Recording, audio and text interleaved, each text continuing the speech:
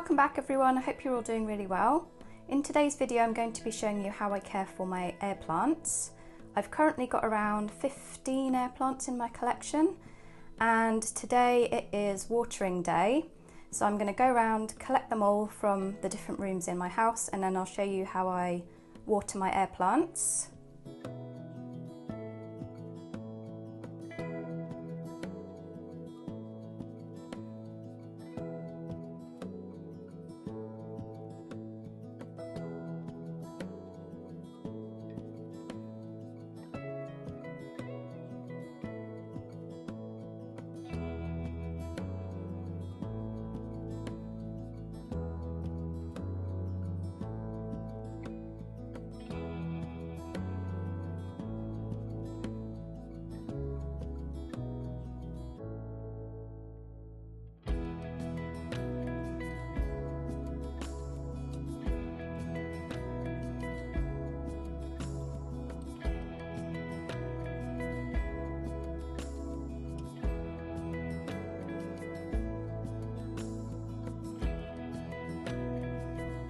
So a couple of years ago I only literally had my Spanish moss and a couple of other smallish air plants in my collection, and then last summer I decided to collect a few more for the garden, and the lovely company that I ordered them from actually sent me some extra ones, so I've ended up with quite a lot of air plants now, and obviously the plants that I had outside are now inside for the winter. So this is the fertiliser that I use spring and summer. So on the back it says just to spray directly onto the air plants, feed every 10 to 14 days and weekly when blooming. And obviously you're only feeding during the growing season, which is spring and summer. This is the online shop that most of my air plants are from, and I was really happy with the selection she sent me. From memory I ordered a surprise selection pack of air plants and I was really happy with all of them. A lot of them I've never seen before, and I've really enjoyed having them in my collection and watching them thrive. So originally I was just going around and misting my air plants once or twice a week, but now I've got quite a few in my collection, I find it easier just to give them a good soak once a week. Also, when I first started doing this I was filtering the water, but again that's quite a bit of a mission because as you can see it's quite a lot of water, so now I just literally use water straight from the tap and I haven't had any problems with them. So as you can see I'm just submerging them in the water, and I forgot to mention that this water is slightly warm, it's not cold, so I just run the hot and the cold together just to make sure that the water's not too cold.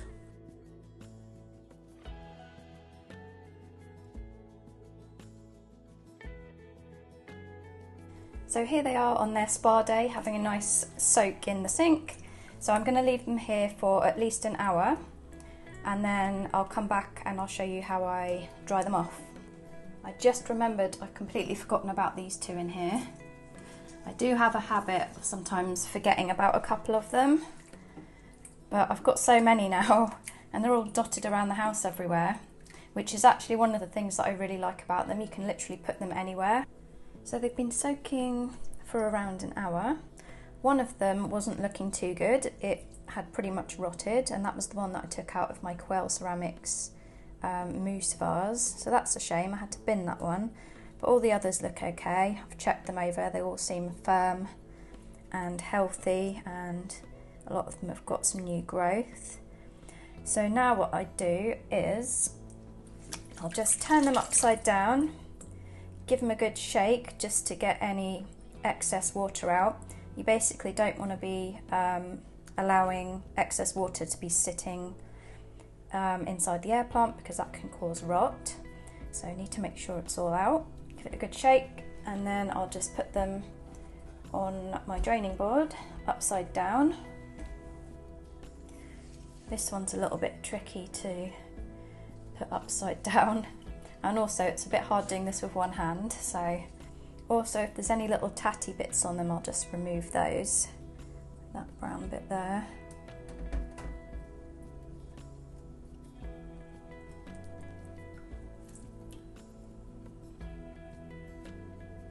Some of them have grown quite a bit since I've had them, which is a good sign. few of them flowered in the summer as well.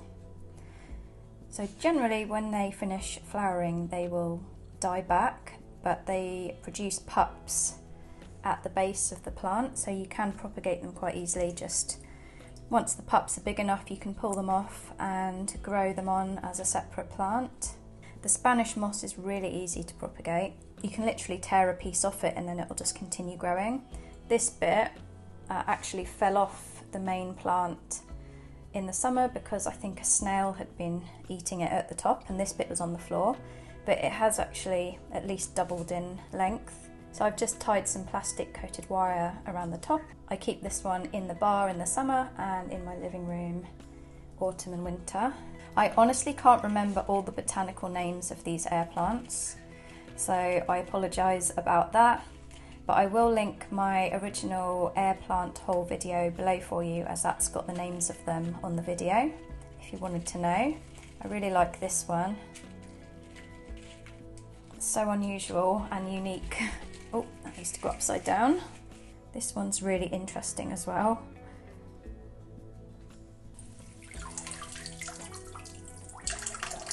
Originally I didn't even realise that you could get different forms of Spanish moss. So as you can see, this is a thicker form than this one.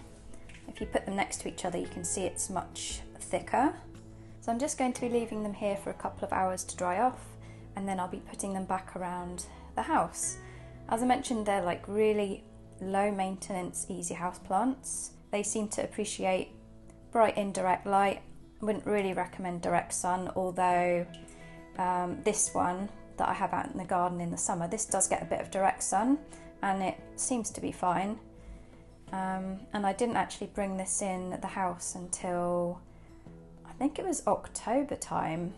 So they can take quite low temperatures, which is surprising. But in the wild, air plants are pretty much epiphytes. They'll kind of grow on trees, hanging from trees, and they kind of take their moisture and nutrients from the air. So they're really interesting to grow as houseplants, nice low maintenance plants. And one of the things that I really like about them is you can display them in a really unique way.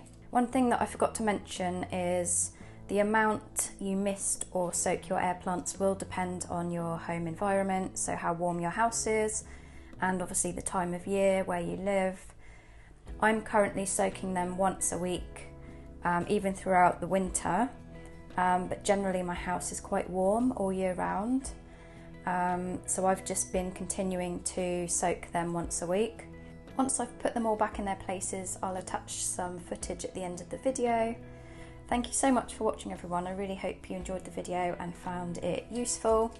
I wouldn't say I'm an expert or anything with the air plants, but I mean, they all seem to be doing all right so far, and I'm not that experienced with them. So if you grow them and you've got any good tips, feel free to leave them down in the comments below.